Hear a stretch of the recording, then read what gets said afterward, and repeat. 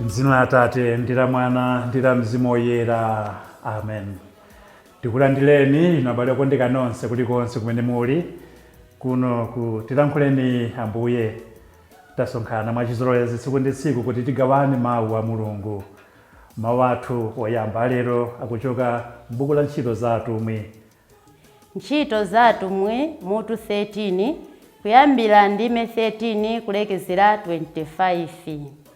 Amene akutiwerengera mawu oyamba ndi a Edina White Mangau kuchokera ku St. Anne's Parish, Ganya, mu Diocese ya Dedza.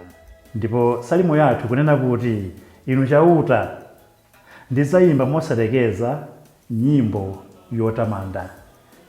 Ndipo mawu athu amuthenga wabwino akuchokera mu uthenga olembedwa ndi Yohane Woyera mutu wa 13 kuyambira ndime 16 kulekeza 20.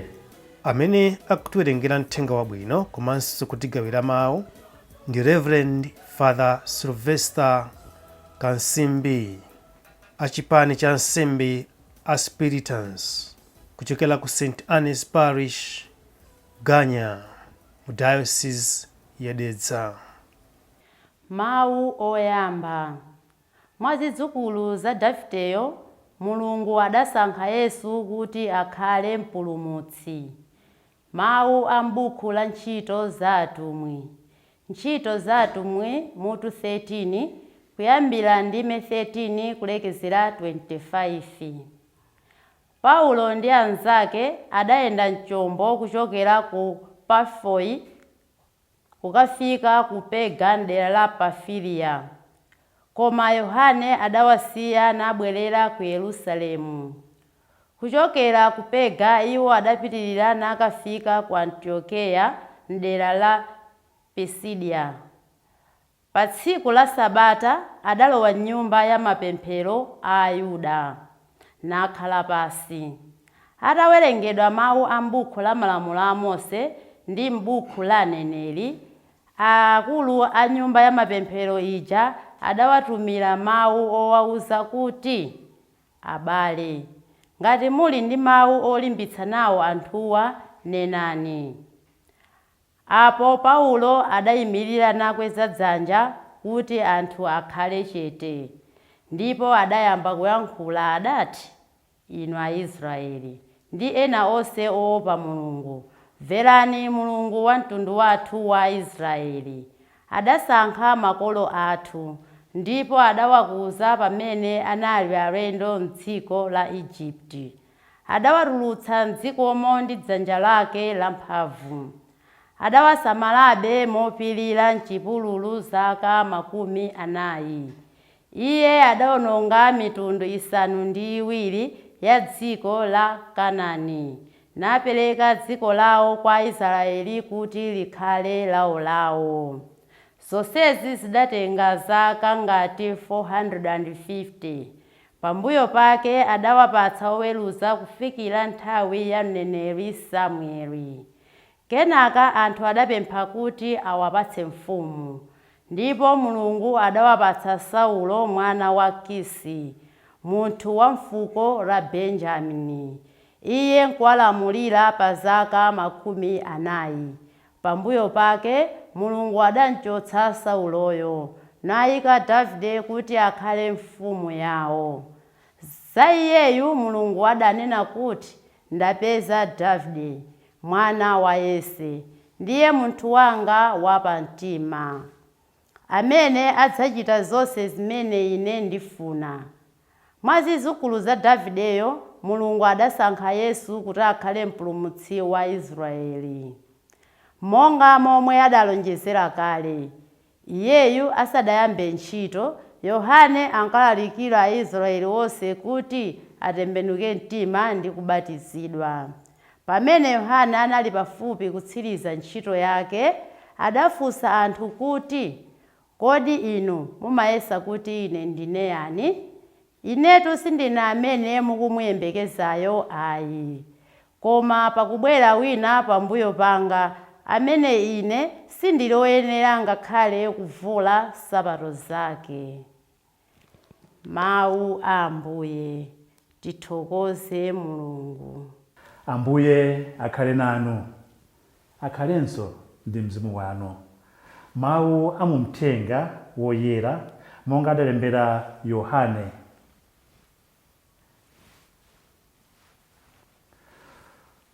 Ulemu kwa inu Ambuye. Tiwerenga uthenga wa Yohane mutu wa 13 kuyambira ndime ya 16 kulekeza 20.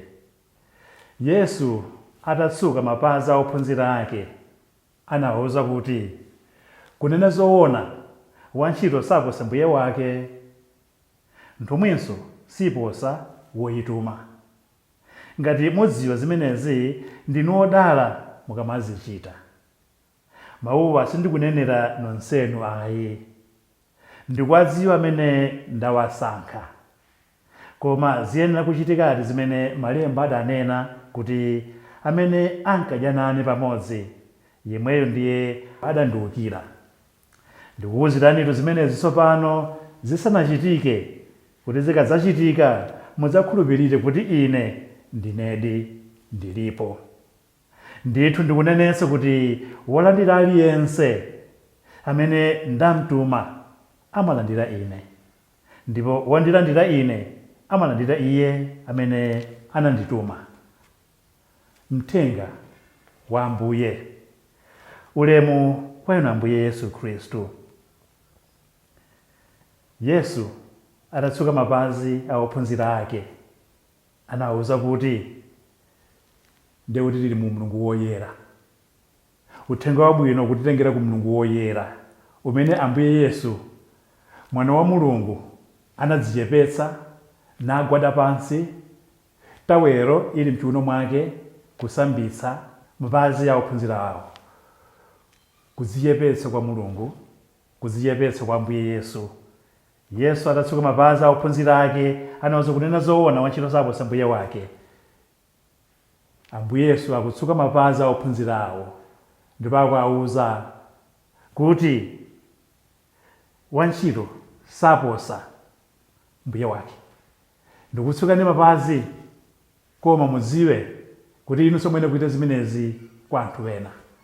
Ambuye Yesu anatsuka mapazi a ophunzira awo.